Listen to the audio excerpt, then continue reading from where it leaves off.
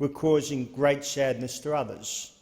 Not only people in same-sex relationships, but also their parents, who, like parents everywhere, want their children to be happy and have fulfilling lives. I then realised it was time for me seriously to rethink this issue. Following that, which I did, I decided I would now support same-sex marriage. After I announced my change of position in my electorate, I caught up with good friends Jason McNaughton, a local dentist, and his partner Stephen Walden, who have been in a relationship for 7 years and whom I've known for 6. They've always respected our friendship and again have never pressured me to change my views on same-sex marriage, despite their belief that they and other same-sex couples experience discrimination because they cannot marry. They would like one day soon to be able to declare their love to the world through marriage. So when they heard I'd revised my view, they were both incredibly happy and excited. In 2015, I made another decision, which was to ask my electorate for their views on the issue. I decided to run the survey, and whatever the outcome, I would honour my role as a representative of Parliament and follow the wishes of my electorate. As I changed my own view, I must admit I was hoping for a yes outcome, and the result was that out of 5,168 constituents who voted, 3,011 voted yes, 2,036 voted no, and there were 121 undecided responses. So a significant majority of Latrobe residents who responded were in favour of same-sex marriage. The survey brought forth some surprises because it demonstrated how many people from the community supported same-sex marriage, as members of the local CFA, football clubs and a variety of business people. I was even quietly told by some churchgoers and teachers at religious-based schools that the time had come for change. This sentiment in my electorate was reinforced with the recent national postal vote, where 67.5% of Latrobe's voters signalled they are in favour of same-sex marriage, which, of course, are noticeable greater than the overall national statistic of 61.6%. I'd like to congratulate Minister Peter Dutton, as the postal vote was his idea. Also congratulate and thank our Prime Minister Malcolm Turnbull for his support in the postal vote, and also Warren Entsch, who, when he first raised this back in the party room back in the Howard days, everyone just looked at him and think, "What are you on about, Warren?" But he's just so how dedicated he is to making his vision a reality. This national figure of 61.6% support for same-sex marriage brings Australia into close alignment with a number of other nations, such as Canada, which showed support of 70%, France at 67%, Ireland a plebiscite at 64%, the Netherlands at 64%, New Zealand 57%, and the UK at 66%. However, it should also be remembered that not everyone supports same-sex marriage, and in Latrobe 32.5% voted no. The views of those 32.5% are views of the minority now, but they still deserve to have their voices and concerns listened to when it comes to religious freedoms. So here I must point out that I do care about religious freedoms, and I do not believe a celebrant or priest should be forced by law to perform a same-sex marriage if they are against that because of their religious belief. Also respect the rights of religious-based schools to select staff with the same values and beliefs of what is being taught at their school, and the protection of parents. In addition to schools and parents, charities must not be discriminated against because of their firmly held beliefs. I also believe the issues not addressed in the same-sex marriage bill must be addressed by the panel, which is chaired by Philip Ruddock, that will review protections for religious freedoms. But ultimately, I'd like to keep away from all the moral and religious arguments around the issue of same-sex marriage and continue to concentrate on the issue from the point of view of people's health. This takes me to the issue of suicide. Can I say this was not the main reason for changing my decision to support same-sex marriage, but it was the start of my journey for change, as gay people told me about the great stress they were under, as they believed they were not accepted in society, and the biggest stumbling block was their inability to marry. A 2013 briefing paper released by National LGBTI Health Alliance revealed— Order. The debate is interrupted in accordance with Standing Order 43. The debate may be resumed at a later hour, and the member for Latrobe will be given an opportunity at that time to conclude his contribution. Are there any statements by honourable members? I call the member for Herbert.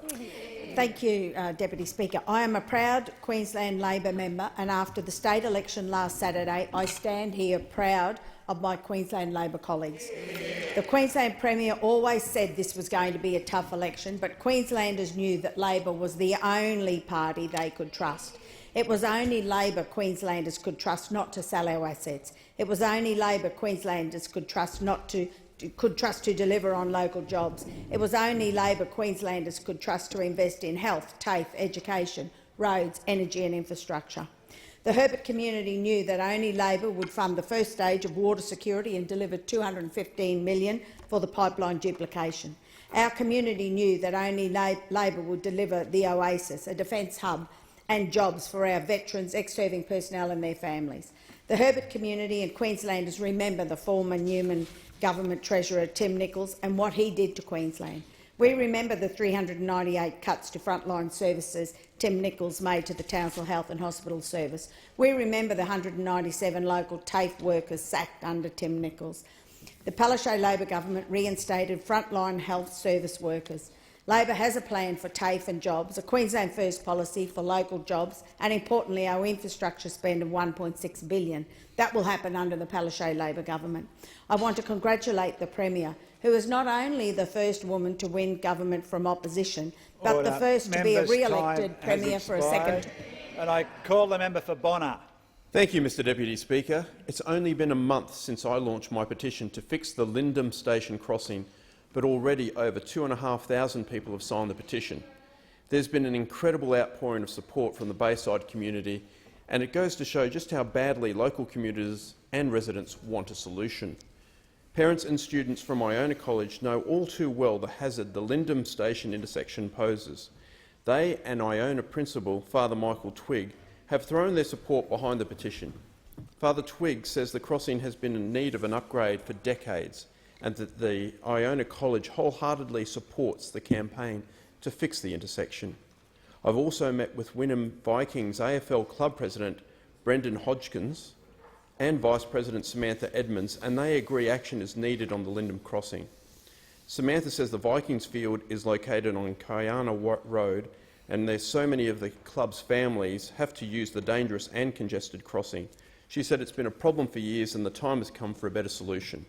Last week I met with Deputy Mayor Adrian Schrinner and Councillor Amanda Cooper from Brisbane City Council to discuss options going forward. I also look forward to working with Member for Lytton Joan Pease, and I congratulate her on her recent re-election, to secure a commitment from the state government. I'll be making it a priority to fight for joint government funding to fix the Lyndham Station crossing once and for all. I call the member for Brand.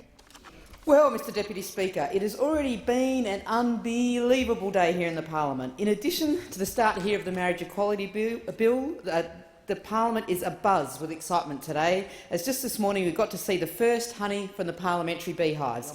People swarmed to the Great Hall today to see and taste the wonderful honey produced by millions of bees in the gardens of this beautiful building. Each bee produces a single teaspoon of honey in its short yet productive 6-week lifetime. To create the harvest of 20 kilos of parliamentary honey, millions of bees have buzzed around us, diligently doing their job and pollinating and foraging. And unlike some in this place, they have not taken a week off to avoid some hard work, and those doing the work of the hive, producing this honey, are all female bees, flying, dancing, working for the common good of the colony, and their lives give us this honey. Yesterday I joined fellow apiarists in helping to harvest this honey. My husband Jamie and I are both beekeepers, and we have kept a single hive for years. We were delighted to join head beekeeper Cormac, Sarah the bee whisperer, Siobhan, an amateur apiarist like me, and one of the many people who work in this amazing building. Also Luke and Carly also serve the Parliament here.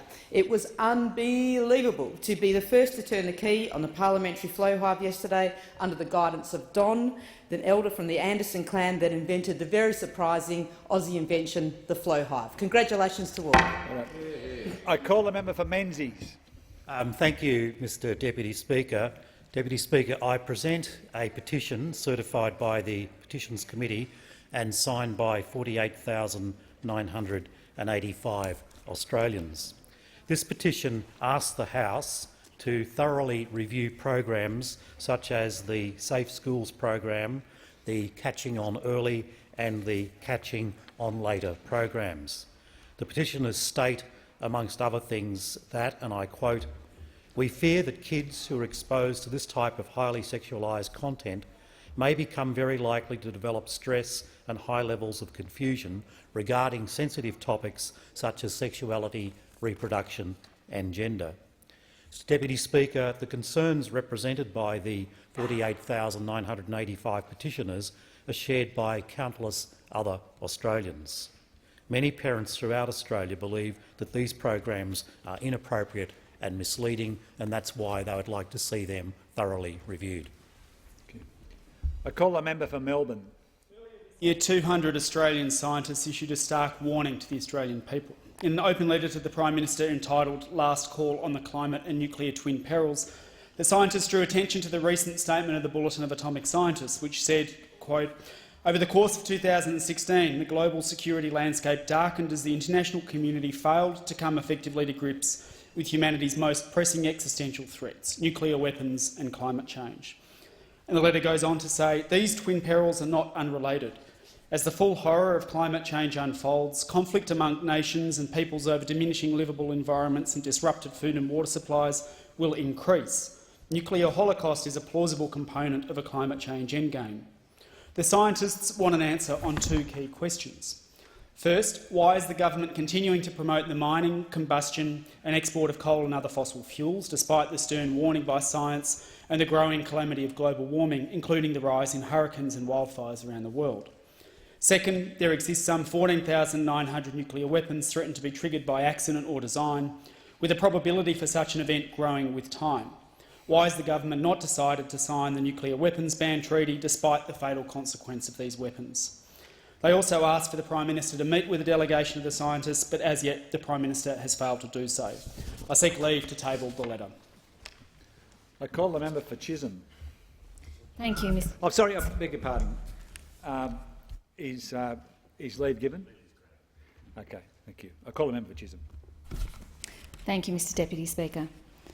The Chisholm community is home to thousands of Australians who uphold our nation's wonderful values of mateship, service and companionship, including two key groups which promote these values, the Rotary Club of Mount Waverley and U3A in Box Hill. The Rotary Club of Mount Waverley is a group of wonderful people united in their desire to make a difference in our local and international communities. The Mount Waverley Rotary Club, led by Jeff Logie-Smith, has a proud tradition of service throughout Chisholm, and I was honoured to meet with many members in recent weeks, including Keith Kendrick, Robin Morrow, David Whiting, Sean Derbyshire and Ros and Malcolm Clowes, to hear about their marvellous efforts, including recent fundraising drives, volunteering and community building in the work they do in Chisholm. Mr Speaker, since 1992, U3A Box Hill has provided a pathway for local seniors to maintain their mental, social and physical well-being when they retire. U3A employs a self-help model to provide affordable educational and social programs for seniors. At U3A Box Hill, volunteer retirees share their knowledge, skills and passion with more than 550 members, and members currently have the opportunity to partake in classes covering Nordic walking, photography, choral singing, languages and philosophy, to name a few. For 25 years, U3A Box Hill has been located at the Strabane Avenue in Mont Albert and is superbly led by President Valerie Burke. I was very pleased to recently deliver a Stronger Communities grant on behalf of the Turnbull Government. The Stronger Communities grant is just one example of the positive effect these grants programs delivered by the Turnbull Government is having. Time has expired. I call the member for Bendigo. Thank you, Deputy Speaker. A few weeks ago, I got the chance to catch up with the Year 5s and 6 students from St Joseph's Primary School in Quarry Hill. When I asked the question, what would you do if you're Prime Minister, what would be your priority, the students responded with the following: no more coal for energy production, do more to protect the environment, allow marriage equality, end homelessness and support those in need, support asylum seekers and be kinder to refugees, end animal cruelty and do more to protect our native wildlife. There was even a discussion, division and vote on banning pineapple from pizzas. Deputy Speaker, I'd like to finish with a rap that was presented to me by Ashton and Jed from St Joseph's Primary School, and I'll read it because I'm not much of a rapper. Refugees and migrants, I don't care about the difference, we're all human beings, aren't we? Yeah, that's what I thought. They don't want to be bought. Never judge a book by its cover. They're probably lost someone they love. Refugees aren't the problem are those who don't accept them.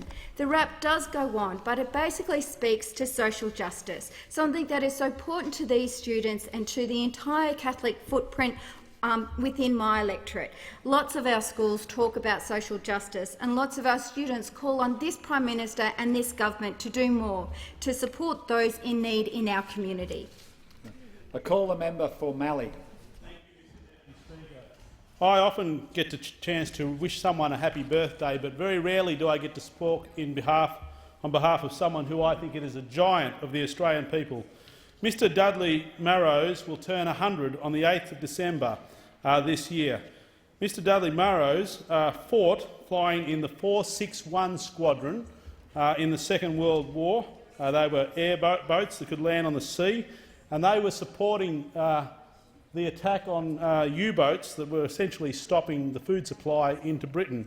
Incidentally, Mr Dudley Marrose, whilst flying the plane, sunk U-boat 461, and I read the machine gun from Murrow, Sunderland, silenced the gunners of the U-boat 461. He skimmed so low over the wave tops that the other two boats did not have a clear shot past U-boat 461. Murrows released his depth charges and zoomed over the tower and sunk the boat. But even after sinking the boat, he came back and dropped a life raft for the 25 to 30 people from the boat, and was able, his life raft saved the life of 15. He sunk U-boats and then saved their lives. And then he later on in life went on to meet the captain of that U-boat that he sunk. Happy birthday, you are a giant of our country. The 8th of December is your birthday. We remember your service and we value everything you've done for our country.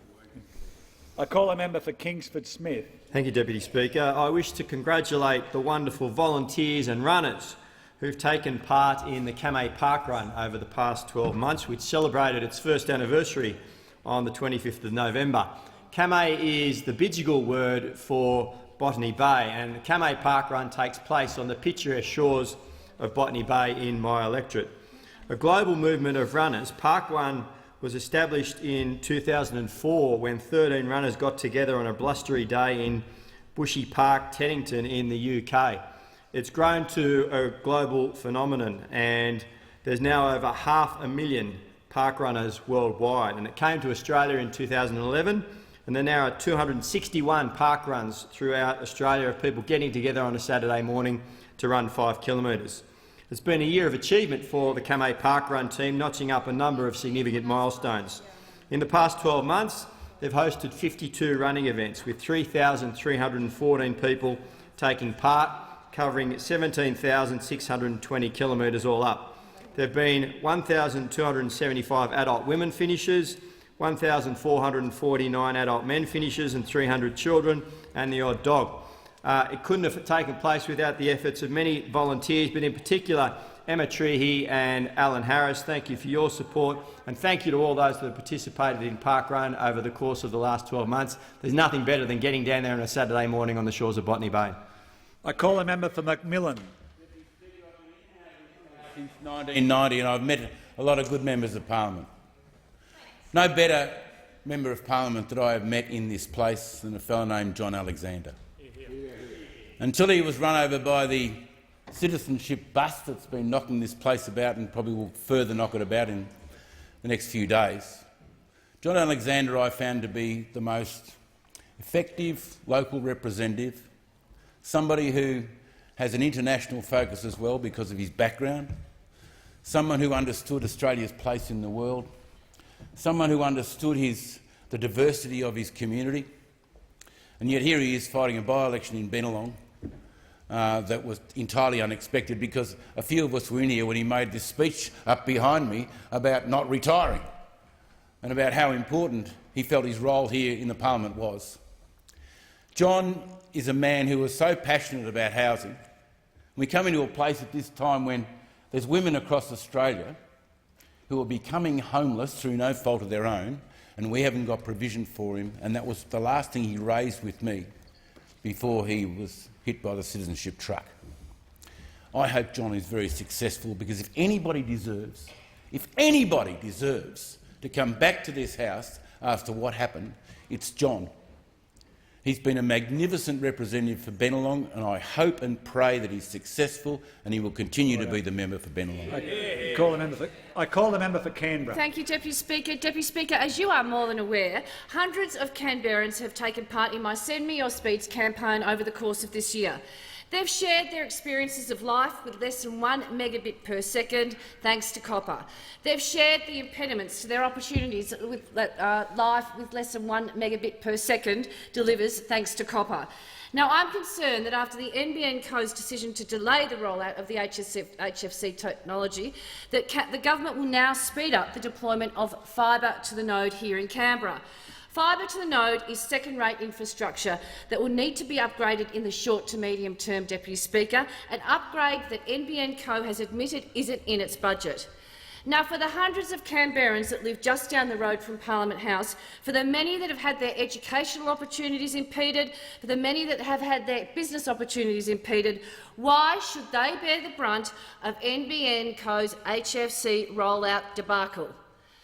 Deputy Speaker, I'm calling on the government to adopt the NBN Committee's report and roll out fibre to the curb as a minimum. Redesign areas slated for fibre to the node to a fibre to the curb or fibre to the premises rollout, and work with me and the ACT government to look at feasible options to upgrade fibre to the node NBN services across the whole ACT, Deputy Speaker, across the whole ACT to fibre to the curb, and end the digital divide here in Canberra. I call the member for Wright. I thank you, Mr Speaker, and I rise to inform the House and offer my congratulations to no other than the Deputy Prime Minister, Barnaby Joyce, for his re-election for the seat of New England. Mr Speaker, he also was a victim of the citizenship bust, as the member for McMillan alluded to earlier on. Barnaby had a swing of 64. Had a primary vote of 64.77 ahead of Labor's candidate, who received a primary vote of 11%. Mr Speaker, if the strategy was to bring him unstuck, it actually had the reverse effect, Mr Speaker. It had the reverse effect. It was a stunning victory and one of the biggest swings to a single candidate in Australians' history. An amazing contribution. I offer my greatest congratulations to both him as a friend, as a former staffer of him. I was his Chief of Staff, and I welcome his return back to this House. I also want to just acknowledge and offer my compliment to John Alexander for the work that he has done in this House, and associate myself with one of the former speakers offering affirmation to John. It is just dripping with irony, Mr Speaker, that here we have Captain Australia, a bloke who's travelled the world with the Australian flag on his back, a patriot for us, an iconic sporting landscape, up against someone who was born in Las Vegas. Order. True. I call the member for Wills. Deputy Speaker, I rise to pay tribute to Dominica Mimi Tamburino. After 37 years of service to the Parliament of Australia and to the Australian Labor Party, during her career, Mimi has worked for former Victorian MLC John Walton, former Federal Minister the Honourable Gareth Evans, and 3 members of Wills, myself for a couple of years, the Honourable Kelvin Thompson for 19 years, and the great Labor Prime Minister, the Honourable Bob Hawke. The contribution that Mimi has made to the electorate of Wills is nothing short of extraordinary, so much so that Bob Hawke described her as the de facto member for Wills during his time when the rigours of leading the nation pulled him away from the day-to-day responsibilities of being a local representative. It's doubtful that anybody truly knows the electorate as well as Mimi. Bob also noted that Mimi has worked tirelessly across 13 election campaigns. Most importantly, her effort and dedication has impacted thousands of people, made their lives better, eased their suffering, or gave them an opportunity that otherwise would not be readily available if they hadn't seen Mimi. Mimi Tamburino's lasting impact on the people of Wills cannot be summed up in a speech. Her dedication to the job has truly changed lives. Her commitment, her faith, her loyalty and willingness to go above and beyond the call of duty will be remembered by tens of thousands who have benefited from her service to them. Mimi, on behalf of those who you worked for and the Australian Labor Party thank you for over 40 years of wonderful, remarkable service. I call the member for Banks. Well, thank you, Deputy Speaker. Well, Deputy Speaker, on the 24th of November, I attended the 50th anniversary celebrations of St George Meals on Wheels. And St George Meals on Wheels, of course, located in Peakhurst, in the heart of my electorate, and has been doing an extraordinary job for decades now in looking after people in our community. Now, the event was held at Mesos Club in Mortdale, and I'd like to thank President Ian Manley and all of the Mesos board for their constant support of community organisations like St George Meals on Wheels. Now, the service started back in 1967, Deputy Speaker, and was originally operated in Depot Road at Peakhurst, but back in 2003 moved to its current premises, co-located with what was called the Peakhurst Bowling Club and is now the Olds Park Sports Club. More than 1 million meals have been served in that time, Deputy Speaker, and in recent 12 months more than 50,000 meals served to those in need.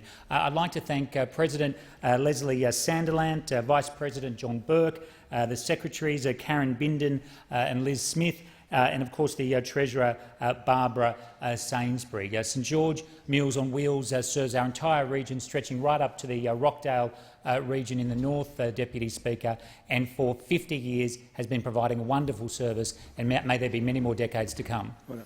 I call the member for Lawler.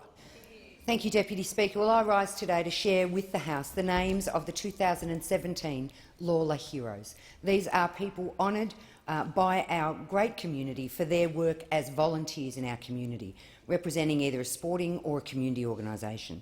They are, in 2017, Margaret Campbell from the Wyndham Community Education Centre, Robert Bradley, the Honorary Justice of the Peace Group, Lisa Heinrichs, Heritage Recovery, Mawako Okamura, Eat My Garden, Nathan Jenner, Tenpin Bowling Association Victoria, Lisa Cronk and Jared Buchanan from the Werribee Bears Rugby League Club, Daniel Oldfield, Wyndham Ultimate Frisbee Club, Lynette Richmond from the Little River Mechanics Institute and Free Library, Paul Ryan, Werribee Little Athletics, Angela Cole, Hoppers Crossing Soccer Club, from the Warama Festival Committee, Marcel Mahfoud, Amanda Littlejohn, Rakesh Singh, Pam Strong, Ruth Mahalik, from Point Cook Action Group, Susan McIntyre, Darryl Carpenter from the Rotary Club of Wyndham, Matt Flavin from the Werribee Football Club, Susan Ingram from Shoestring Gardening, Ted Tyrrell from Carpet Bowls for All Abilities, Susan Riley from the Wyndham Girls Guides, and Nicole Cooper from the Laverton Magpies Football Club. Deputy Speaker, the celebration night for the Lawler Heroes is a fantastic event where we pay tribute to the work done by the volunteers in our community.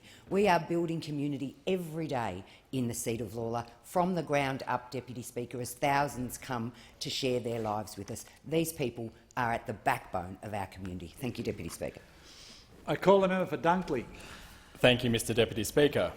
Last year, I told the House about a brilliant program run in my electorate of Dunkley, the Learn, Engage, Connect Young Parents program. This program is run by Chisholm TAFE in conjunction with Headspace Frankston and Anglicare, and assists young parents who have previously experienced some disconnect to build new ideas, strategies and techniques to learn and connect with their children. The structure of a program like this is designed so that education and employment opportunities and outcomes are brought into reach. I was touched that some of the students also wrote me letters about their experience. Abby said in her letter, "The fact that I have a chance to finish my schooling is amazing." Michaelia wrote to me about her goal to get her driver's licence and her experience with Salvo Care. Cassie explained how the program got her on track to find employment and a house, and she was soon able to finish Year 12. Candace spoke so eloquently to the room of her experience. Congratulations to Abby, Carice, Taylor, Jess, Candace and Catherine, who all returned from the previous year's study, and this year's new students, Cassie and Michaelia. The Learn, Engage, Connect Young Parents program is a wonderful initiative, Mr Deputy Speaker, and all participants have every right to be proud of their success. I call the member for Lindsay.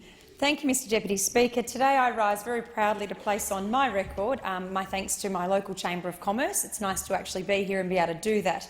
I want to thank the new committee that's coming in, and also the committee that previously served under Gina Field's incredible leadership. I'd like to place on my record, my thanks to Wayne Wilmington, the newly elected President, Linda Kemp, the Vice President, Renato Cantalupo, the Treasurer, and Gordon Henwood, the Secretary, for taking up the executive positions, and also the regular board members of Joe Dickens, James Hill, Greg Lawton, Natalie Ballard and Michael Creed. My local Chamber of Commerce was established in 1972 and has been providing incredible support for all of the businesses in my electorate, and including and not limited to the advocacy for other things in our community, which includes better access to universities, school education and healthcare. They've provided advocacy with their Valley Vision document and advocating for better outcomes for all of our community. I am looking forward to working with the new group that has that is incumbent, and also making their chamber much more successful than it already is, and including some other businesses that don't always get an opportunity to be involved. So thank you to everybody who attends these positions on a voluntary basis. The new members, I wish you all the very best, and the continuing members, thank you for everything that you do. I call the member for Murray. Thank you, Deputy Speaker. Well, Labor were at their absolute worst on the weekend in Tamworth, where they had signs up around all the polling booths effectively saying that if you want to support Medicare, you have to vote for Labor. Well, about 90% of the voters didn't buy these lies from the Labor Party. They actually voted for the National Party. And they did that because they know that Medicare is in good shape. And just to highlight how the coalition is going with healthcare, last Thursday I had the opportunity and the privilege of announcing the coalition government's funding of nearly $7 million for new radiotherapy treatment and facility in Shepparton. The Australian government is funding this new radiotherapy facility in Shepparton, fulfilling a commitment to help people who live outside the major cities to have better access to quality healthcare. Currently, accessing radiotherapy services for patients from Shepparton is difficult, and the nearest facility is located in Bendigo, Albury and Melbourne, up to 2 hours away by car. And this affects somewhere around 1,900 individuals each and every year. So it's the fact that the coalition has got their act together with healthcare that they're able to offer these amazing services, and it's the fact that the people of New England are symptomatic of the people around Australia, and that is that they do not buy the liars from the Labor Party. They don't buy the fact that the Labor Party are going to continue to defy the Labor Party, who keep coming up with these lies that we're cutting funding. The member for Murray will withdraw that term. It is unparliamentary. I withdraw that term. They will stop accepting the member for Murray's untruths. time has concluded. The member for Murray's time has concluded. I call the member for Oxley. Thank you, Mr Speaker. I rise to congratulate the Queensland Premier and the Labor campaign on an outstanding campaign in the recent Queensland state election. Premier Anastasia Palaszczuk demonstrated principle before grubby politics in standing up to an unprincipled dirty deal between the Liberal National parties in Queensland and the chaos and extremism of One Nation. As it stands, it appears there will be a strong, stable, working majority Labor government, led by a Queensland Premier who puts people first. The message was clear over a week ago. Voters in my home state demand a government focused on people, delivering jobs, quality health services and a decent education for all Queensland kids. The Prime Minister and the LNP members opposite must hear the message. Dance with One Nation at your peril. The Newman-Nichols experiment of cutting, sacking and selling has hopefully been buried. But even today we saw members of the LNP running out the lines about increasing asset sales and increasing cuts. The LNP received its lowest primary vote, with a swing of over 8% at the state election. And I'm hopeful that my friend and local state member Premier Anastasia Palaszczuk continues to stand up for Queensland, and I know alongside Bill Shorten, who campaigned across Queensland, have shown when it comes to stopping One Nation and the LNP chaos, only Labor can be trusted. Well done, Queensland Labor Premier Anastasia Palaszczuk. Well done to the people of Queensland. I just remind the member for Oxley that he needs to refer to his leader by his correct title. The member for Leichhardt. Thank you very much indeed, Mr Speaker. I rise to applaud the Defence Force's recent announcement of a $300 million upgrade to the naval base at HMAS Cairns, and also announcing that it will be home basing 4 of its new offshore patrol vessels in Cairns. 2016 Defence White Paper had originally committed $100 million of the OPV wharf and infrastructure upgrade by 2020. So this announcement includes an extra $200 million to complete the works needed to accommodate these larger vessels. This announcement also comes on top of a $22 million which has already been planned for the mid-term refresh in 2019-20, and another $313 million for the redevelopment of HMAS Cairns post-25-26. This takes the overall commitment spent on HMAS Cairns to $635 million over the next decade and a half, which is $215 more than the $420 first committed in the White Paper. This announcement reinforces the Defence Force's commitment to Far North Queensland as a major ship maintenance and sustainment hub for Cairns. Local businesses will have the opportunity to provide support for the new patrol vessels. Extra employment opportunities and jobs for the future will be created in Leichhardt, not just through the work created at the HMAS Cairns, but also through the new services that will be required by many families that will move to Cairns as a result. I congratulate the Defence Force and welcome their greater presence in Cairns, beautiful city. Thank you. Has concluded, and the time for members' statements has concluded. If members could take their seats so that we could proceed with the business of the House. Members could take their seats, please.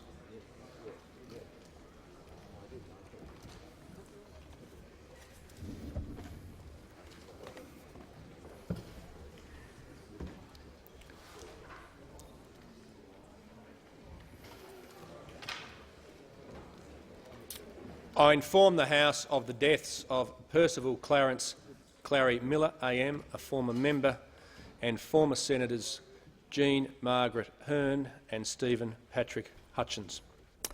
Clary Miller died on 28 November of this year. He represented the division of Wide Bay from 1974 until 1990. Joan Hearn died on the 20th of November. She was a senator for Tasmania from 1980 until 1985. And Stephen Hutchins died on the 24th of November. He was a senator for New South Wales from 1998 until 2011. As a mark of respect to the memory of the deceased, I invite all present to rise in their places.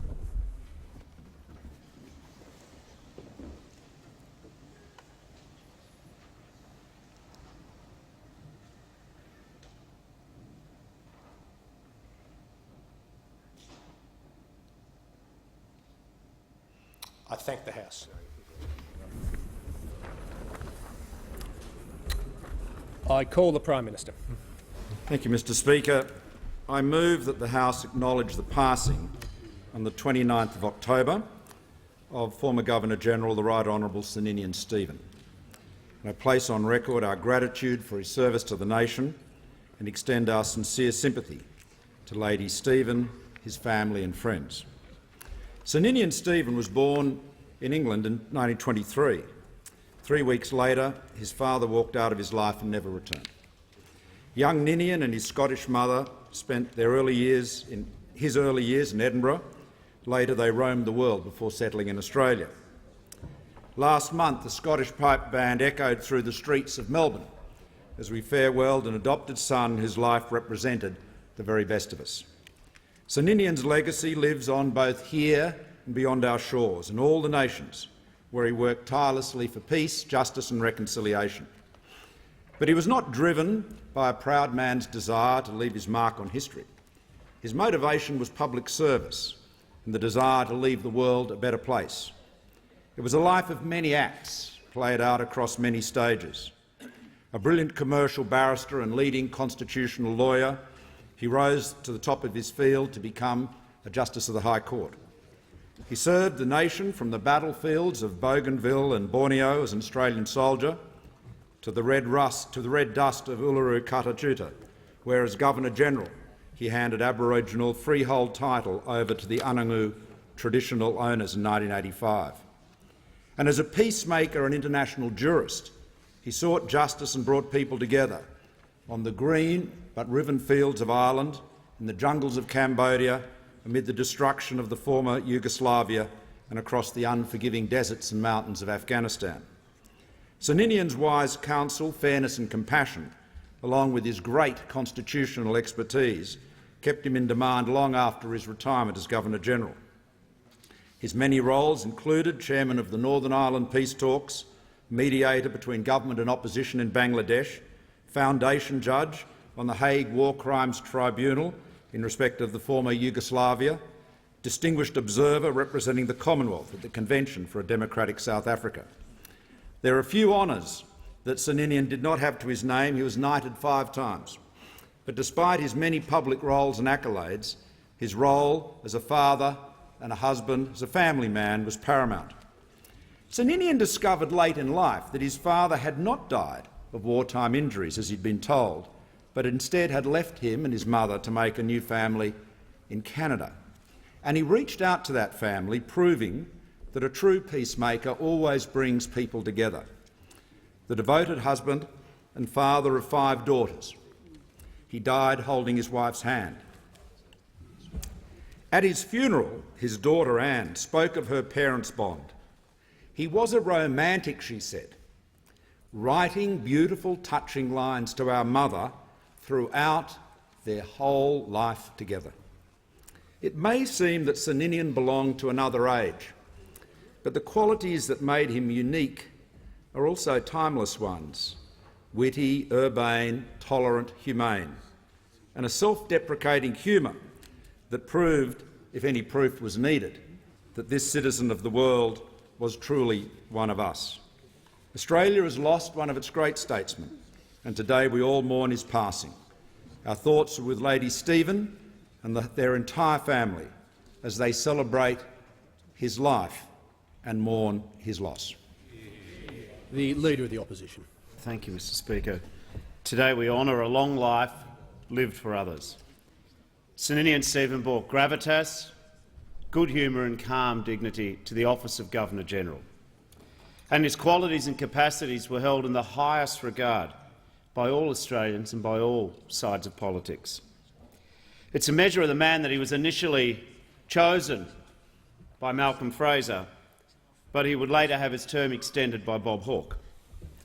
And Sir Ninian's passionate internationalism also broadened the scope of the role, expanding the program of overseas visits now so central to the Governor-General's responsibilities as representative of Australia. Indeed, this was a recurring pattern of Sir Ninian's public life. He enhanced, enriched and elevated every position that he held. In the uniform of his country, in the High Court, in high office and later on the world stage, Sir Ninian Stephen embodied the ideals of service, duty and justice. Perhaps no other Australian has received more accolades, yet he was also a person of profound humility who shunned the spotlight and never sought a curtain call. As a young man, he deferred his studies, his legal studies at Melbourne University, and was called upon to serve in Papua New Guinea and Borneo with the Royal Australian Engineers. He would later become a recognised authority on constitutional law, which, as honourable members know, can be complex and evolving. He was a QC before the age of 45 and a High Court judge before 50. And instead of Governor-General being the pinnacle of his public service, it became a springboard for further acts of truly global significance. As Australia's first ambassador for the environment, his advocacy and diplomacy helped preserve the entire continent of Antarctica from mining. A quarter-century later, it's easy to look upon this as a fait accompli, but amidst the end of the Cold War, this was a highly charged and fiercely contested question. And Sir Ninian's role, indeed Australia's leadership, in the world's largest conservation decision ought to be better known. Mr Speaker, as a young man, Ninian was taken to a Nazi rally in Nuremberg following the annexation of Austria. One face amongst tens of thousands on those vast concrete terraces, close enough to photograph Hitler. Nuremberg would later serve as the home of the war trials for the Nazi leadership, the first of their kind. But in one of those quirks of history, Sir Ninian would subsequently serve as a judge on the International Criminal Tribunal, investigating the atrocities committed in the former Yugoslavia. Indeed, his intellect and diplomatic gifts made him a highly respected mediator in the Northern Ireland peace talks, political conflict in Bangladesh and in the dispute over Timor-Leste's sovereignty. on every occasion. Sir Ninian brought a measure of justice, reconciliation and peace to these troubled places, and in doing so he brought honour to all of us, to Australia. Our parliament, our country and future generations of Australians are forever in his debt. We offer our condolences to Lady Stephen and their family, and we thank them for their contribution their loved one made to the life of our nation and to the cause of justice around the world. May he rest in peace. I thank the Prime Minister and the Leader of the Opposition. The question is that the motion moved by the Honourable the Prime Minister be agreed to. As a mark of respect, I ask all present to signify their approval by rising in their places.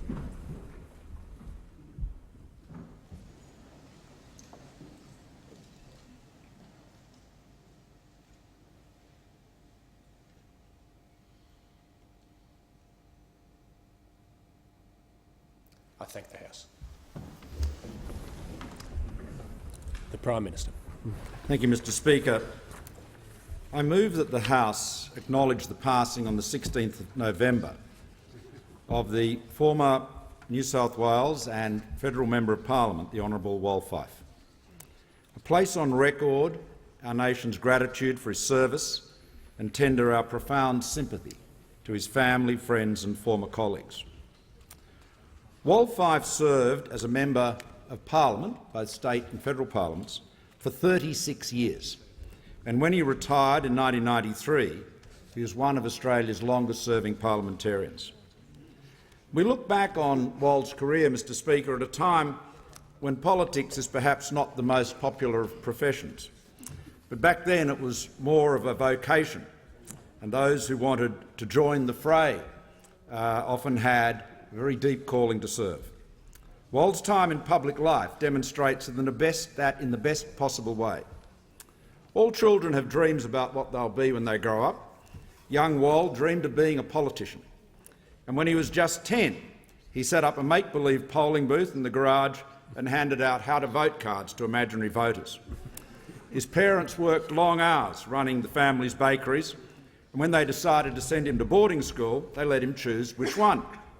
Not surprisingly, he chose Canberra Grammar, so he could visit Parliament House regularly and watch politics in action from a front-row seat. In 1947, during his final year at school, he wrote to Robert Menzies, then Leader of the Opposition, to ask if he could have a job with the Liberal Party. Menzies introduced him to Donald Cleland, who offered him a clerical position with the party in Sydney. After 3 attempts, the state seat of Wagga Wagga, Wal won it in 1957 in a by-election. He was on his way. When Robert Askin led the Liberal Party to victory in New South Wales in 1965, Wal was named Assistant Education Minister, giving him his first real chance to make a difference in politics. Ultimately, of course, he wanted to make a difference nationally, and in 1975 he successfully contested the federal seat of Farrer. In the Fraser government he held consecutive ministries, including Minister for Business and Consumer Affairs, Minister for Education, Minister for Aviation and Deputy Leader of the House. In everything he did, Wal Fife never forgot he was there to improve life for the people who elected him.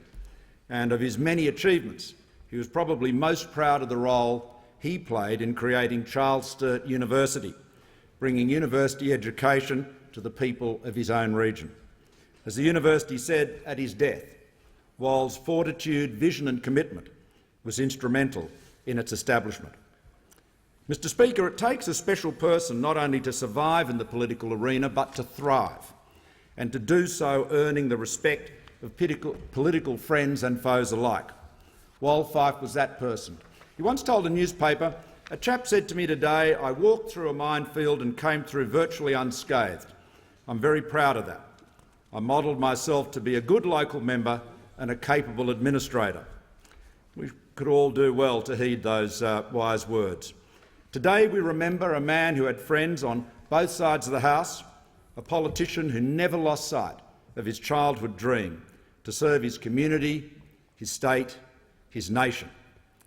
Our thoughts are with his wife Marsha, his 4 children, 10 grandchildren and 9 great-grandchildren. May he rest in peace. The Leader of the Opposition. Thank you. I understand that Wal Fyfe was, in many respects, an uncomplicated man, unpretentious, unflappable and largely unchanged by the cares and burdens of public office. As he put it when he left this place in 1993, ending 36 years as both a state and then a federal MP, I walked through the minefield and came out unscathed. I counted up the number of elections that 36 years covered. He won 14 elections that he contested. That is a significant achievement.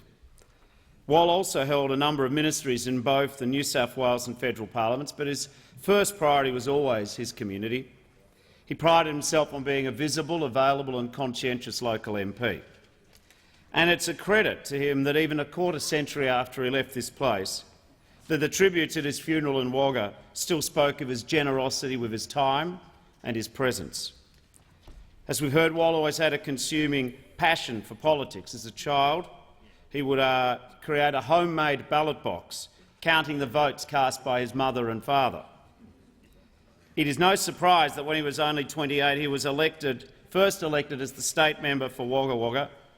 At that time, he was the youngest person elected to the New South Wales Parliament, yet that was his third attempt for the seat.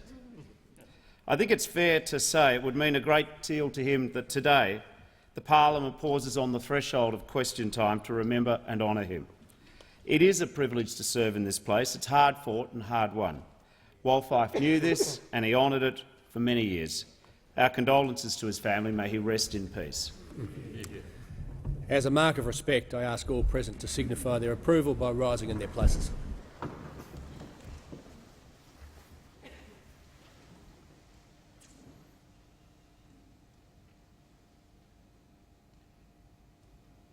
I thank the House. The Leader of the House. Mr Speaker, I move that the debate be adjourned. The question is that the debate be adjourned and that the resumption of the debate be made an order of the day for a later hour this day.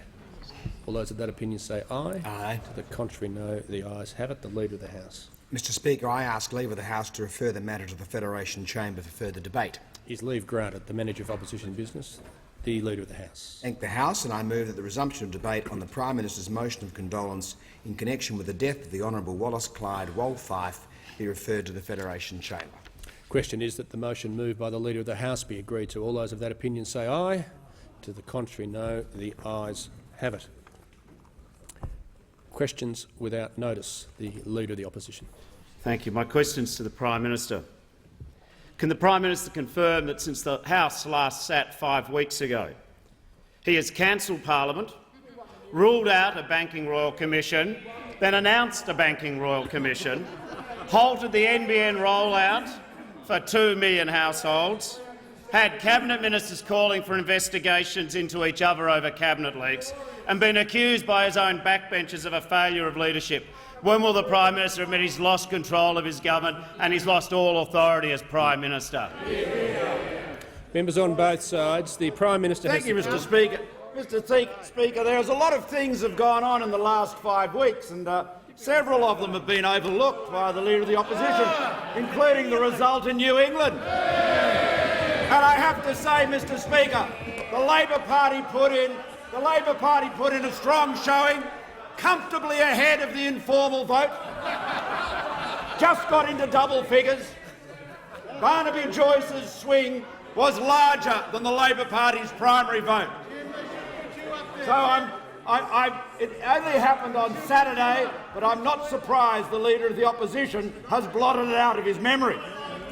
But Mr Speaker, one of the things that has occurred over the last 5 weeks that the Leader of the Opposition should not blot out of his memory is what advice he gave to Sam Dastyari before he met with Mr Wang.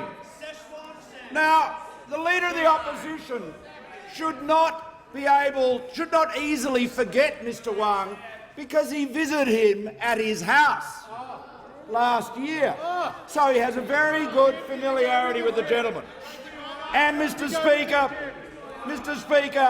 the Leader of the Opposition remembers very well the function that he attended on the 17th of June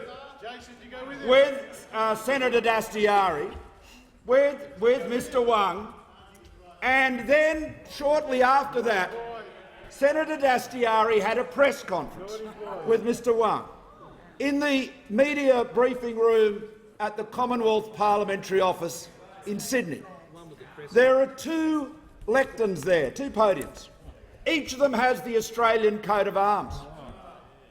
Dastyari stood at one, Mr Wang stood at the other. I just remind the Prime Minister to refer to members Senator by their Dastyari stood at one, Mr Wang stood at the other, and it was there that Senator Dastyari said these words, apparently written for him by someone else: "The South China Sea is China's own affair.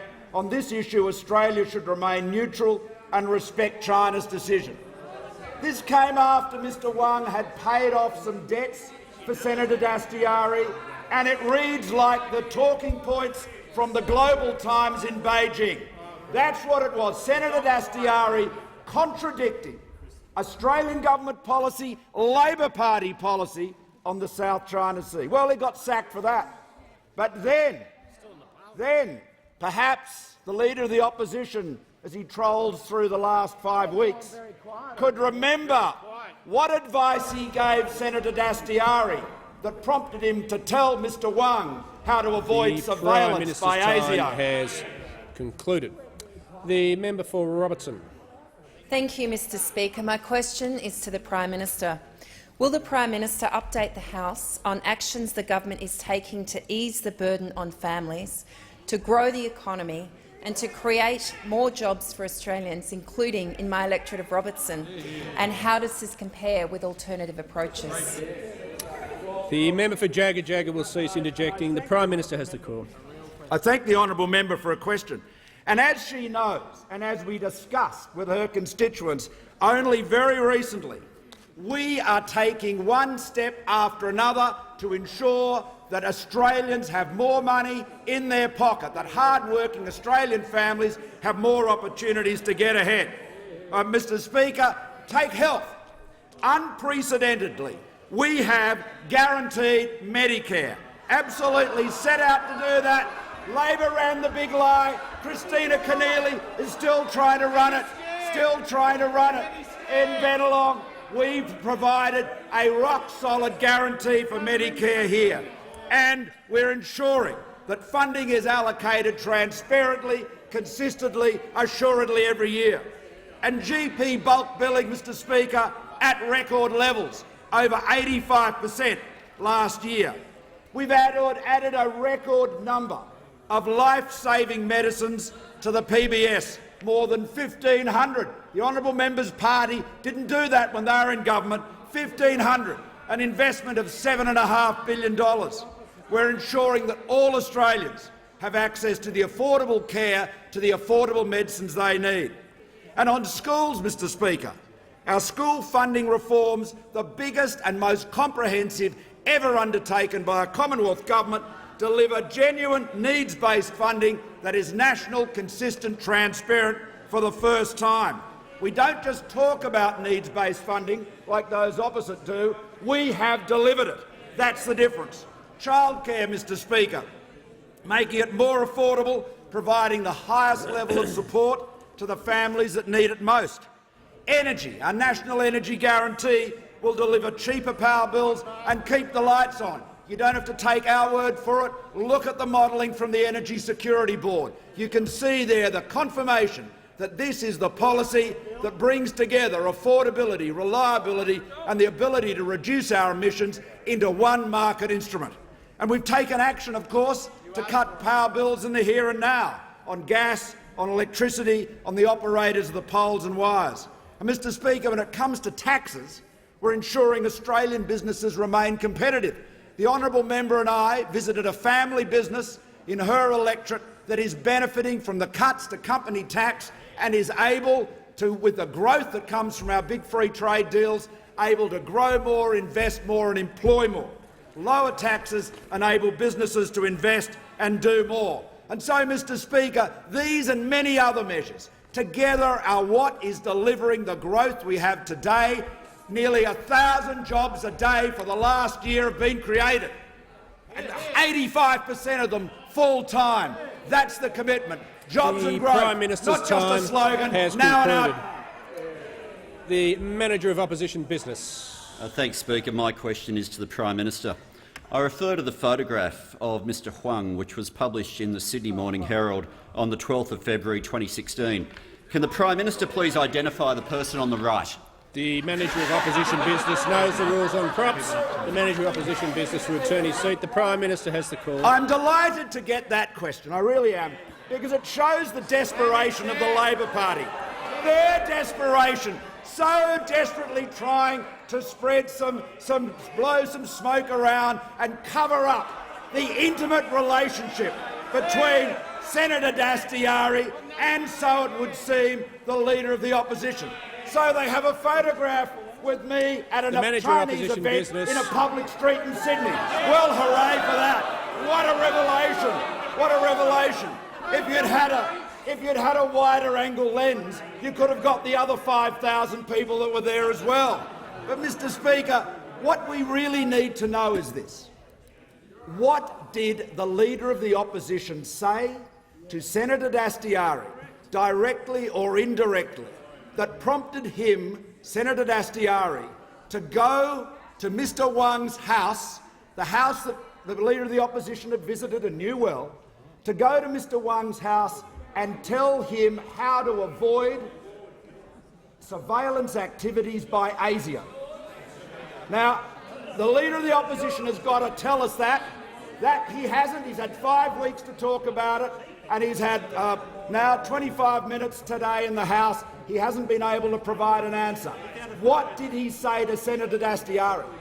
And, Mr Speaker, what does it say about the character of the Leader of the Opposition that he has a senator who not only takes money from this businessman, who is a foreign national and works closely with the agents as an agent of a foreign country?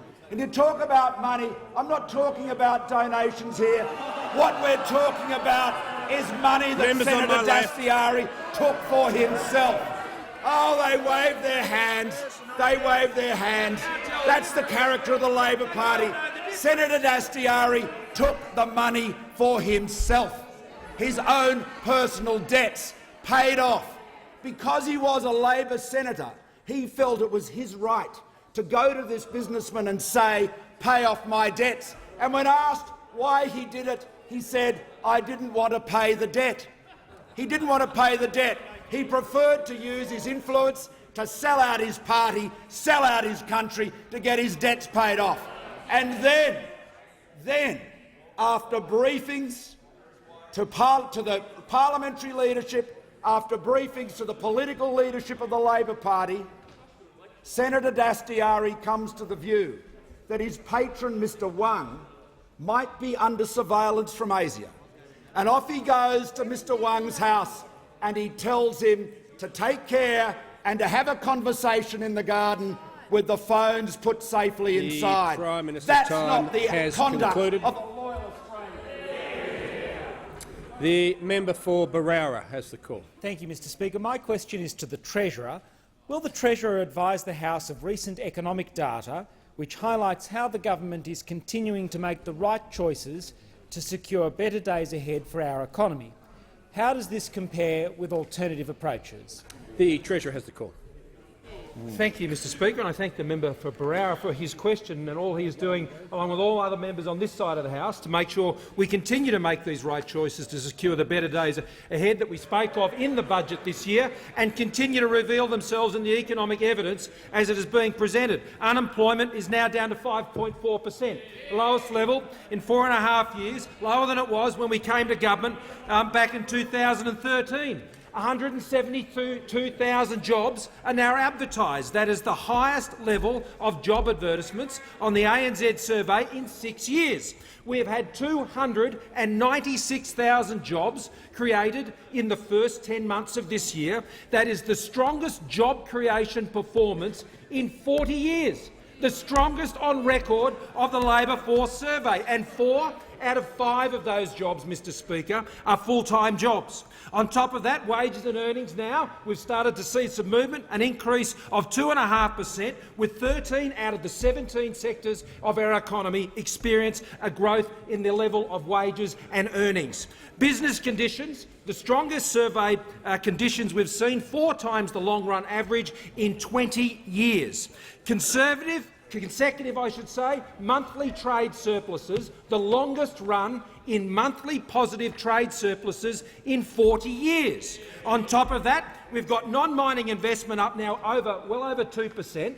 On capital expenditure. That is the strongest figure we've seen in 5 years, and demonstration and the evidence of the fact that this government's actions to drive investment in our economy, to drive growth, is having the desired effect. And on private investment, we've had 3 quarters of positive growth, which followed 12 quarters prior to that of negative growth. On the working age population, as the Social Services Minister will tell you, we have now fallen to the lowest rate of welfare dependency in this country of the working age population in 25 years. And you know why that is? Because Australians are getting jobs, Mr Speaker, under the Turnbull government. That's what's happening. Now we're making the right decisions by lowering taxes. We're making the right decisions by opening trade. We're making the right decisions by investing in infrastructure, like the $100 million up there in Bennelong for the transport interchange, Mr Speaker, and the threat posed by the Labor Party is to put that all at risk by applying $164 billion as costed by Treasury of Labor's higher taxes on the Australian economy, suffocating the Australian economy, Mr Speaker. If the Labor Party can do that sort of damage and reckless damage as they're thinking up ideas in opposition, imagine what this Labor Prime Minister would do if he were that Prime Minister, Mr Speaker, to the economy if he had that chance. The member for McMahon. Thanks very much, Mr Speaker. My question is to the Treasurer. Can the Treasurer confirm a report by Phil Coorey in today's Financial Review that the terms of reference for the Banking Royal Commission were being worked on for a long time because we knew this was inevitable? Can the Treasurer also confirm he was not shown the terms of reference until Tuesday last week? If a Royal Commission was inevitable, why did the Prime Minister rule one out 48 hours earlier, and why was the Treasurer kept in the dark for so long? The Treasurer has the call. Thank you, Mr Speaker. Thank you, Mr Speaker. The terms of reference for the inquiry and the announcement of the Royal Commission into the banking sector was made at 9 o'clock, Mr Speaker, on that day, and that was the first that the banks and others were aware that this government was going to put a Royal Commission in place. Members on my There left. is no doubt, Mr Speaker, that the government over a period of time had been aware of the various arguments that have been put in place. Indeed, the arguments been put by the opposition over 2.5 years, which I note over all that period of time they called for a Royal Commission of the banks, they never came up with the terms of reference. Not once, Mr Speaker. Not once. Not once.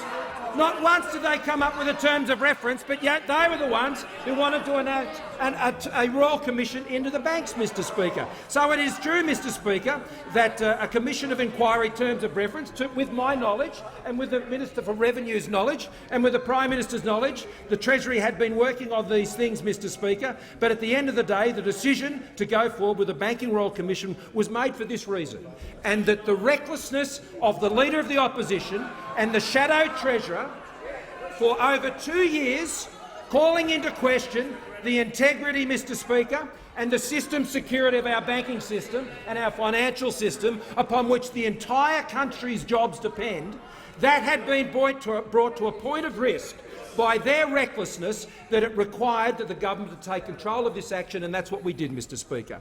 And what the Leader of the Opposition and the Shadow Treasurer have demonstrated is a reckless behaviour towards the economy, if they ever got to put into practice in government, would be an absolute shocker. Just before I call the member for Mayo, I'd like to inform the House we have joining us in the gallery today Mr Matthew Groom, State Member for Denison from Tasmania. On behalf of the House, I extend a very warm welcome to you. The member for Mayo. Thank you, Mr Speaker. My question is to the Prime Minister. On the 17th of November, at the handing down of the report into the Royal Commission into the protection and detention of children in the Northern Territory, Minister Scullion stated that the government would develop a response not only for the Northern Territory but across every jurisdiction in Australia. Prime Minister, considering that young Indigenous people are 27 times more likely to be in prison than non-Indigenous young people, and that allegations of abuse similar to those we heard in Dondale we're hearing across Australia, urgent action is needed. Will you reaffirm the government's commitment to national leadership on youth justice and detail when the government will action the findings of the Royal Commission? And I acknowledge Amnesty International is here today and they are eager, as am I, for your reply. The Prime Minister has the call. Thank you very much, Mr Speaker. I thank the honourable member for her question. And the government, as you know, acted swiftly to establish the Royal Commission in July 2016, following reports over the mistreatment of children at the Dondale Youth Detention Centre. I want to thank Commissioners Margaret White and Mick Gooder for their dedication to this very difficult but also very important task. I also want to acknowledge, on behalf of the government, the individuals, expert witnesses, government and non-government representatives who came forward to give evidence to the Royal Commission. Now, my government will now consider the recommendations made in the report and work with the Northern Territory government, in respect of whose activities most of the recommendations reply to, key stakeholders and communities to inform the development of our response. Now, most of the recommendations, as I noted, are matters for the Northern Territory government. I'm sure the honourable member is familiar with them. The Australian government will now also carefully consider the findings that are directed to the Commonwealth. We've already committed to ratifying the optional protocol to the Convention Against Torture, which will ensure that oversight of places of detention, including youth detention, is strengthened in the Northern Territory and, of course, everywhere else. Mr Speaker, when children are safe, the whole community benefits as well. This is our greatest obligation, to look after our children. We understand that. All children deserve to be treated with dignity and respect. All children deserve to be safe, and that's the responsibility of the whole community and, importantly, of course, families and government agencies. Now, I want to make a note about, observe to the honourable member's benefit, some observation about funding. And I quote from the Royal Commission here. The Commissioners wrote, "A consistent theme heard by the Commission was that there is insufficient funding in the Northern Territory to address the issues it's grappling with. However, having reviewed financial data available to the Commission considers the underlying problem is not the level of overall funding, but that Commonwealth and Northern Territory government investment is not rigorously tracked, monitored or evaluated to ensure that it's appropriately distributed and directed. Value for the money expended cannot be demonstrated. The major investment in Aboriginal affairs over many years has delivered mixed success, often with dismally poor returns. The combination of underperforming programs, poor coordination across governments and a lack of engagement with Aboriginal people in the design and delivery of services is producing continually poor results. The approach must be changed." Now, we absolutely recognise the force of that observation. As you know, in 2017-18, the Northern Territory government will receive $4.2 billion from the Commonwealth. We are determined to ensure that every dollar that we spend on Indigenous affairs and Indigenous welfare delivers the right outcomes that we need. So I want to thank the honourable member for a question. It's a very important report, and we're working to deliver a very comprehensive response. The member for Corangamite. Thank you very much, Mr Speaker. My question is to the Minister for Defence Industry, representing the Minister for Defence. Will the Minister outline to the House why a strong, stable and transparent policy approach is important to ensure that we defeat our enemies abroad so that we can be safe at home? How could alternative approaches jeopardise our national security? The Minister for Defence Industry, representing the Minister for Defence. Thank you, Mr Speaker, and I thank the member for Corangamite for her question. And she, like this side of the House, takes national security issues very seriously, Mr Speaker. And as one of my colleagues called out, it's a good question. It is a good question because it's very important, Mr Speaker, to be consistent in your approach to national security issues. On this side of the House, we've always sought to do so, and in many occasions the Labor Party has sought to try and mirror that consistent approach, Mr Speaker. So it surprised many across the political landscape when the Leader of the Opposition rehabilitated Senator Dastyari so quickly after he resigned for the first time over the issues to do with national security, Mr Speaker.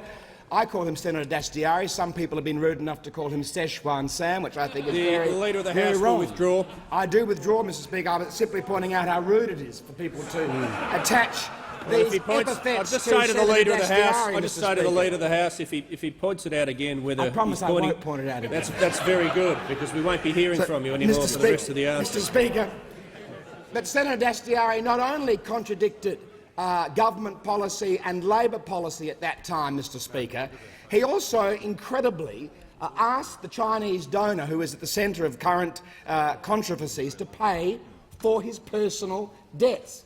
Now, this seems to have been lost on many in the Labor Party. There is a difference between political donations and the payment of personal debts, Mr Speaker. But Senator Dastyari, it is the difference between sweet and sour. It's the difference between sweet and sour, Mr Speaker. It's a very significant difference, Mr Speaker. And then, more recently, of course, we found out that Senator Dastyari, they're bringing out the big guns again.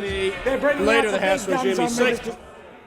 The member for Corio on a point of order. He'll state the point of order. Yes, thank you, Mr Speaker. On a point of order, the question... No, the member for Corio needs to state the point of order. Well, the point of order is relevance, Mr Speaker. The member for Corio can the question talked... The member for Corio will resume his seat. The Leader of the House... Better on Pine and Miles, Mr Speaker, than he is in the House, I can tell you that.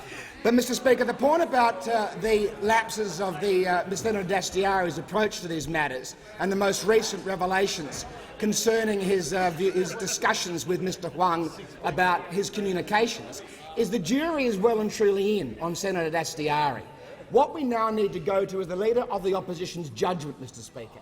This goes to the Leader of the Opposition's judgment. Not only did he rehabilitate him, he's now been required to sack him again, and many people have asked why.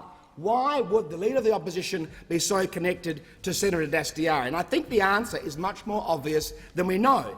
In the Sydney Morning Herald, Sean Nichols wrote in April the 10th, 2015, that New South Wales Labor Assistant Secretary John Graham wants more details about the involvement of Labor Senator Sam Dastyari's office in changing the mailing addresses of scores of leadership ballots in the 2013 ballot that saw the Leader of the Opposition defeat the member for Grayndler, Mr Speaker. There was an investigation called for into the role of Senator Dastyari in rigging that leadership ballot, Mr Speaker. Now, the question the Leader of the Opposition needs to answer is what are the outcomes of that investigation? How did he satisfy himself that his ballot was... The Manager of Opposition Business. Thanks, Speaker. My question is to the Prime Minister. On Wednesday and Thursday last week, Fairfax reported 2 stories containing national security information. The Attorney-General even confirmed national security information should never find its way into the hands of the media, but it has. Has the government ordered any investigation into what the Attorney-General has admitted is a leak of national security information? And who had possession of that information among ministers and their staff? The Prime Minister has the call. Speaker, the honourable member omitted one important fact, which was the information that he is describing as having been referred to in the Fairfax press. Apparently, it was something on Wednesday and Thursday. Now, if it was, you're talking about Senator Dastyari, is that right? Yeah. Okay. No. Very good. No. Very good. He's referred to Senator Dastyari. He's referred to Senator Dastyari, and my observation, my response is very simply this: that leaks of national security information should never occur. Full stop. Now, if he's alleging, if the honourable member is alleging that a security agency was responsible for putting information into the press, then he should make that information. Then he should make that allegation plain. Resume his seat. The Manager of Opposition Business on a point of order.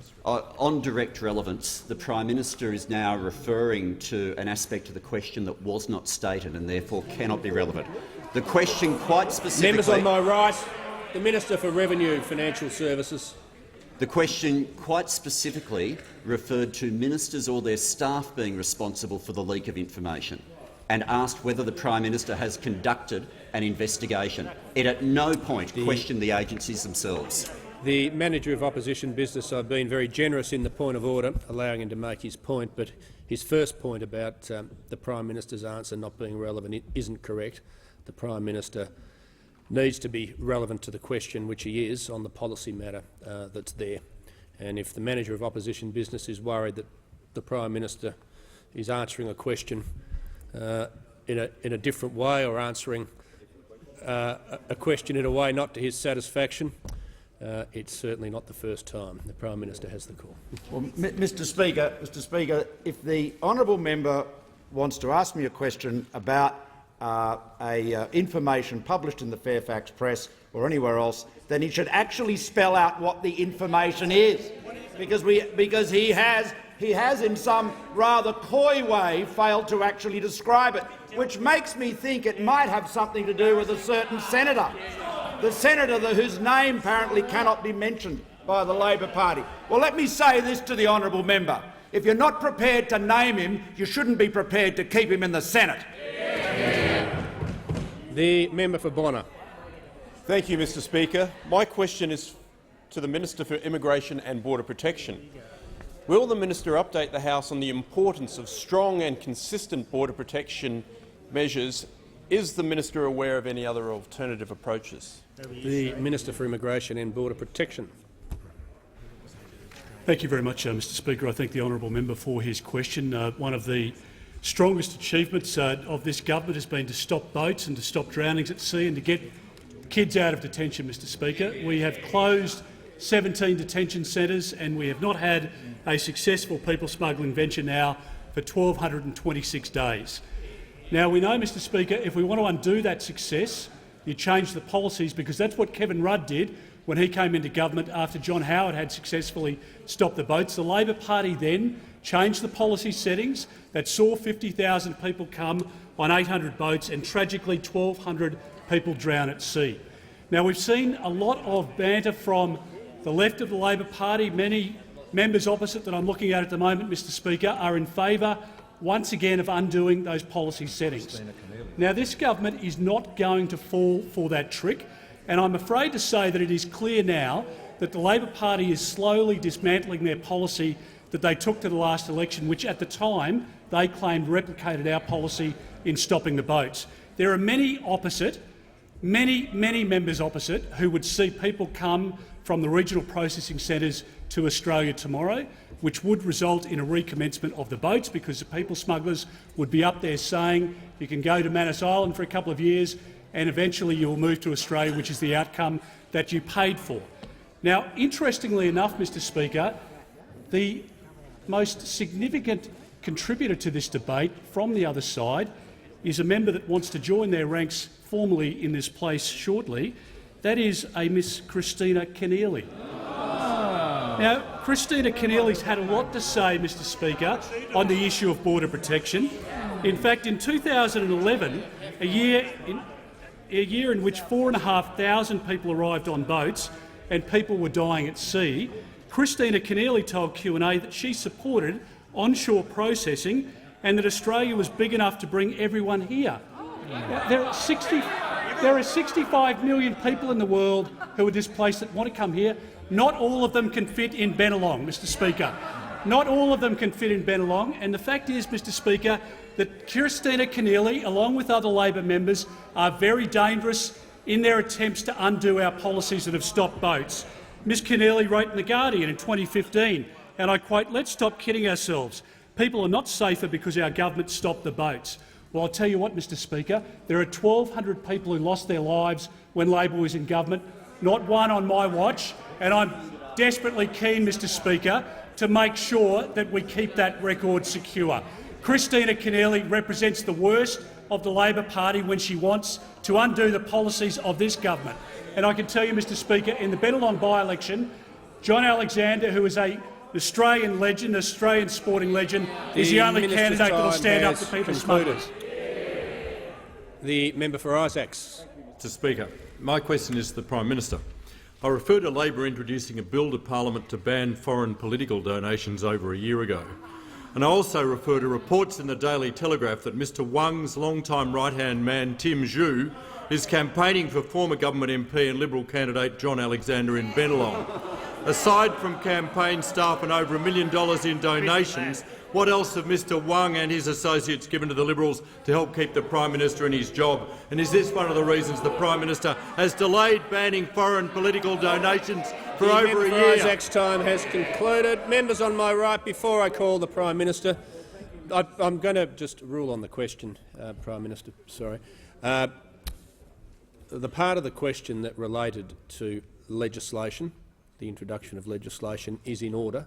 The part of the question that referred to the Prime Minister taking political donations is out of order. As the member for Isaacs well knows, it is our party organisations that take those, and the Prime Minister is not responsible for that. The Prime Minister has the call.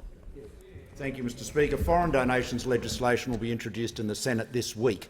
Mr Speaker, what the Labor Party and its leader is failing to tell us is how they continue to tolerate in their seat. The Minister for Immigration and the member for Grainlet will cease interjecting, or they'll both be out of the chamber.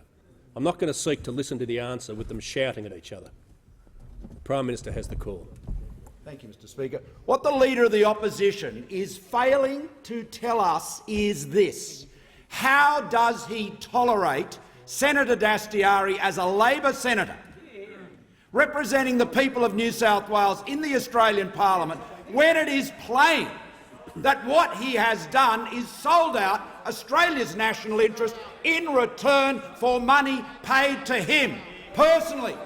He stood up at a podium in the Commonwealth Parliamentary Office. The Prime Minister will resume his seat. The Manager of Opposition Business on a point of order. The Minister for Trade and Investment. Manager of Opposition. On direct relevance, Mr Speaker, given the ruling you made at the beginning where you ruled large parts of this question out of order, therefore what the Prime Minister is referring to cannot possibly be relevant to the question that's in order. The Manager of Opposition Business does make a reasonable point. I did ask the Prime Minister to confine his answer just simply to foreign political donation laws. I'm going to listen to the Prime Minister for the rest of his answer. Thank you, Mr Speaker. As I said, legislation will be introduced into the Senate this week, Mr Speaker. But the critical issue that we have here is whether the Senator Dastyari is representing Australia in the Senate or a foreign power. That's what Labor has to satisfy us about. The member for Banks. Thank you, Mr Speaker. My question is to the Minister for Urban Infrastructure. Will the minister update the House on the government's approach to reducing congestion in our urban areas, including in my electorate of Banks and across New South Wales? Is the minister aware of alternative approaches? The Minister for Urban Infrastructure. Well, I do thank the member for his question, because the member for Banks is a very strong advocate for the people of his electorate in terms of delivering a reduction in congestion. And look, for example, at what is achieved in relation to WestConnex, the King George's Road interchange. $130 million open to traffic in December 2016. Or the M5 on-ramps, Mr Speaker, where he's made a commitment to $15 million of Commonwealth money together with $15 million of New South Wales government funding, and that will deliver a great improvement in congestion for the people in his electorate. Now let me contrast that, Mr Speaker, because I'm asked are there other approaches. And there are other approaches to how you deal with congestion. And one approach that's very popular with the Labor Party is to make promises, but then fail to deliver. And in fact, if you're the New South Wales Labor government, what you do is you make a promise about rail 12 times, and you deliver just half of one of the 12 rail lines you promised. Carl Scully, the Bondi Beach rail line, never delivered. Carl Scully, the high-speed rail link to Newcastle, never delivered. Carl Scully, the Hurstville to Strathfield rail link, never delivered. The high-speed rail from Sutherland to Wollongong, never delivered. Chatswood to Parramatta, all they could manage was half of that Chatswood to Epping. The North West rail link by Carl Scully, also promised, not delivered by Labor. Then, of course, came John Watkins, the South West rail link, promised and never delivered. Carl Scully came back again to promise a CBD New Harbour crossing, never delivered. John Watkins, the North West Metro Link, never delivered by Labor. David Campbell, the CBD Rozelle Metro, never delivered. David Campbell, West Metro, never delivered. And the Western Express. Member for Macarthur. Now, of course, the current Labor candidate for Bennelong has quite an involvement in this saga, because it was she who came along in February 2010 and cancelled the Sydney Metro at a cost of almost $500 million.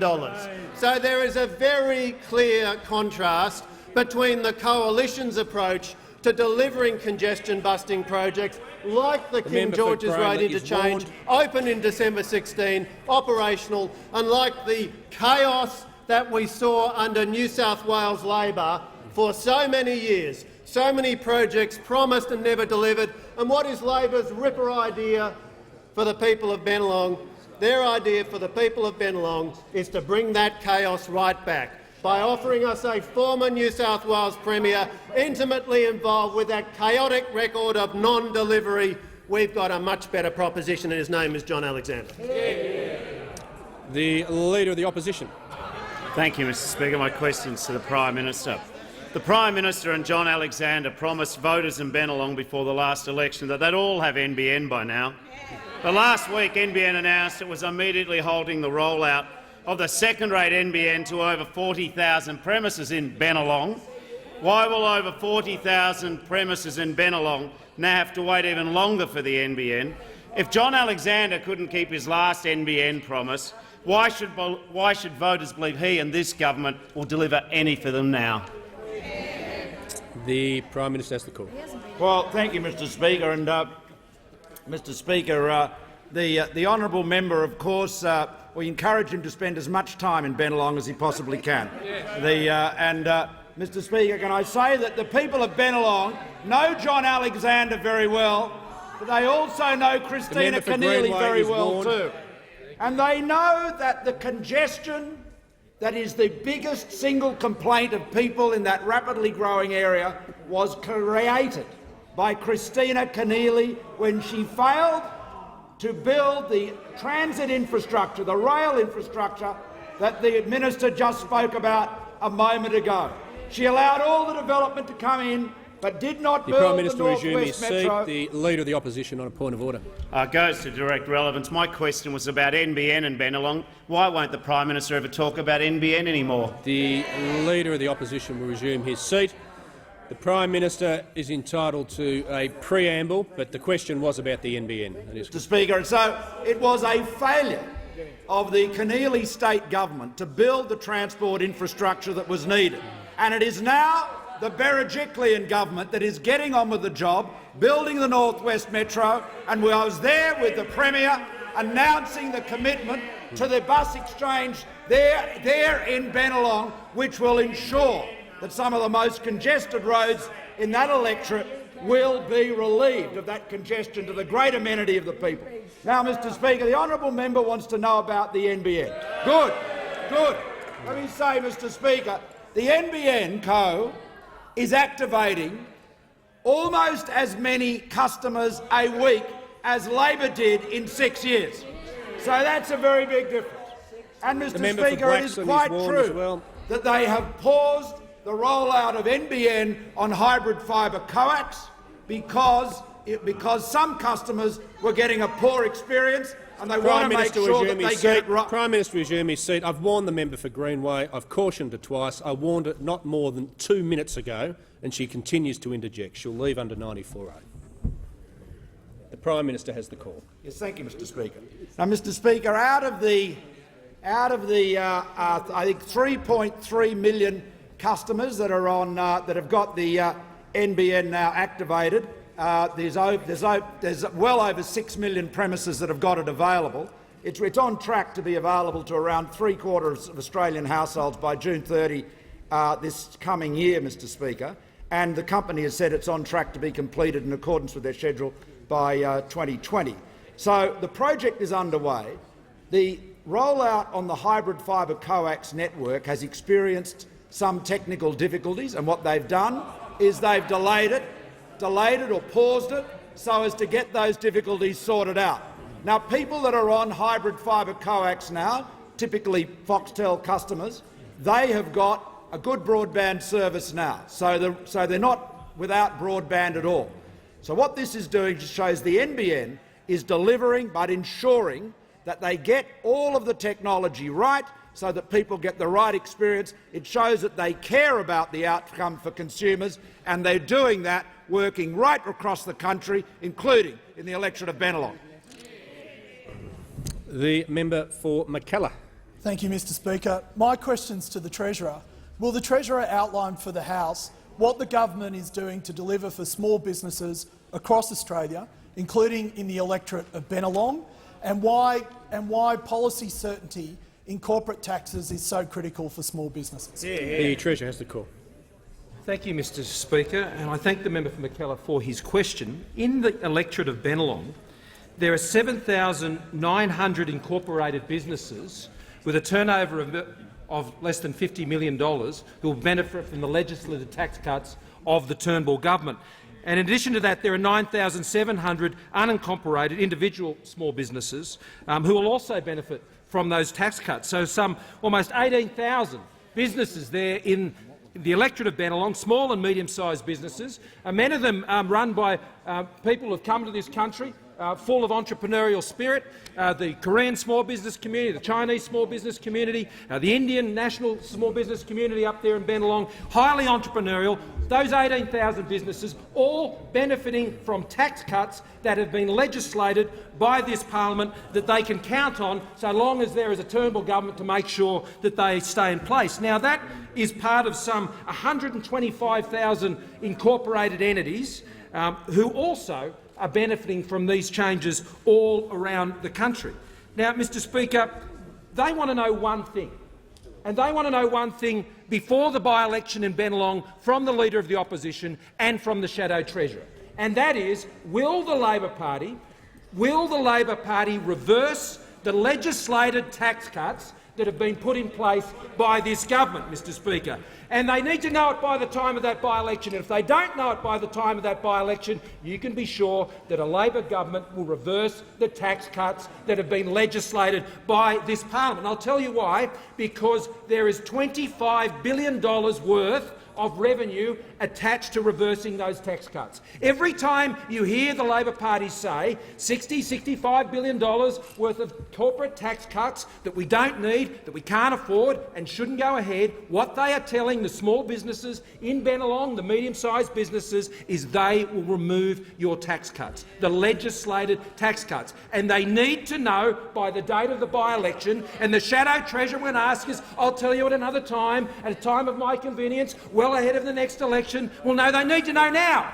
They need to know now. He sits there and shakes his head. He says, no, they don't. With total contempt for small and medium-sized business owners in Bennelong, 18,000 of them, he is saying that he will refuse to tell them whether they're going to keep their tax cuts under a Labor government. Now, that's what we've come to expect from the Labor Party when it comes to understanding that under their policies they will strand businesses in this country on a tax island uncompetitive with the rest of the world. The IMF has recently warned against, with the US moving now even closer towards the tax cuts they're putting in place for businesses and investment in the United States, that only heightens the risk to the Australian economy. The Labor Party is a risk to jobs, they are a risk to growth in our economy, and they are a risk to every one of the 18,000 small businesses in Bennelong. The member for Sydney. Thank you, Mr Speaker. My question is to the Prime Minister. On the 27th of November 2017, NBN Co announced an immediate halt to HFC rollout because the technology still doesn't work properly. Can the Prime Minister confirm that the government first became aware of problems with the reliability of HFC NBN network back in November 2015? And did he take any action when he received those warnings? The Prime Minister has the call. Well, thank you, Mr Speaker. I'll take that question on notice. I'll take that on notice. There are obviously always issues with these technologies, but I'll take it on notice and come back to the honourable member in due course. The member for Hughes. My question is to the Minister for Health. Will the Minister outline to the House on the action the government is taking to ensure more Australians have access to their GPs, especially in my home state of New South Wales? And is the minister aware of any alternate approaches? The Minister for Health has the call. Thank you very much, Mr Speaker, and I want to thank the member for Hughes, who's been a great friend of those who face challenges with disability and special needs and special services, and has therefore been a genuine Medi friend and a supporter of their access to better Medicare services. Now, this compares with others elsewhere who might be called Medi-frauds. These are people who say one thing about Medicare but do the opposite, like those on the other side. Now, let me give you an example. On this side, what we see is record bulk billing rates announced last week. Record bulk billing rates. In the seat of Hughes, the figures are 4% higher for bulk billing, which means that people get to visit the doctor without paying a cent than they were when Labor was last in office. Across the country, what we've seen is an increase of 4.2% on the September 2012-13 quarter, right through to what we see now with the recent September quarter. So a 4.2% increase from Labor's last full September quarter to our most recent September quarter. That means hundreds of thousands of additional services for free under Medicare. But it's not just that across the country. That's also the case with additional Medicare services in Bennelong. But we see some claims that there have been reduced services in Bennelong which are simply false. We know that a former Labor Premier, Christina Keneally, made the claim that there had been cuts to Medicare services in Bennelong. And these claims from somebody who has been described as Eddie Obeid's puppet, not by us but by another former Labor Premier, are false, untrue and incorrect. Because in Bennelong, the national average has the average bulk billing rate has climbed to 88.5%, which is above the national average, and that is a fundamentally important change. And at the same time, we've seen other claims which were false by Christina Keneally. Christina Keneally claimed that we had closed the Medicare office there. In fact, that claim lasted until it was shown that the member for Sydney had set out this closure in 2010 for every Medicare office. But most significantly, we've seen that Christina Keneally's claim that she had to wait for an hour for Medicare services was absolutely false.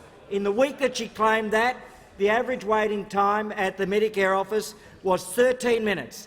And how many people had to wait an hour, as she claimed? Not one person. So these claims were false, untrue and incorrect. You cannot trust Labor and you cannot trust Christina Keneally. The member for Sydney. Thank you, Mr Speaker. My question is to the Prime Minister. Last week, NBN announced it was halting the HFC rollout of the Prime Minister's second-rate NBN. Can the Prime Minister advise just how many hundreds of millions of dollars of taxpayers' money is being wasted by his latest failure? The Prime Minister has the call. Thank you, Mr Speaker, and I can tell the honourable member that there are billions and billions of dollars being saved by not doing the NBN in the way the Labor Party had proposed to do. And of course, that's $30 billion in savings and 6 to 8 years in terms of time to complete it. The reality is that the NBN is one of the fastest rollouts of a telecom network ever. It is extraordinary. 40,000 premises being activated just about every week. Now, Mr Speaker, what we've seen, I gave some figures just a moment ago. There's 6.5 million premises, as of the last published data, are available to be connected right now. That's so people can sign up and get hooked up now. And there's 3.25 million paying customers right now. It is an extraordinarily rapid rollout. And of course, like any big rollout like that, it has its challenges in some areas, and what the NBN Co is doing is making sure that with respect to hybrid fibre coax, which is about 350,000 premises at present. It's making sure that the technology works well. It is a complex business rolling out this network. They're doing an outstanding job, and they're making sure that they put the customer's experience first. It is I know, Mr Speaker, that honourable members opposite and the media will focus on a number of cases where people have not had a great experience, and the NBN Co is focused on fixing those, addressing those and ensuring that everybody gets an outstanding service. The company is doing a phenomenal job, but it will do an even better job. It will keep working to improve its service, improve customer experience in this, the most rapid telecom rollout in our country's history. We inherited a train wreck from the Labor Party. We've rescued it. Mr Speaker, it was a complete train wreck. It was a complete train wreck. Honourable members opposite can scoff. They can scoff. In 6 years, they activated 50,000 premises. The NBN Co right now is doing 80,000 every fortnight. That tells you how incompetent they were. Mr Speaker, we're getting on with the job, cleaning up their mess, and where service levels have been disappointing, and they have been in some areas, they are going to be addressed. We'll put the customers first to make sure they get the best service. And on that note, Mr Speaker, I'll ask that further questions be placed on the notice paper.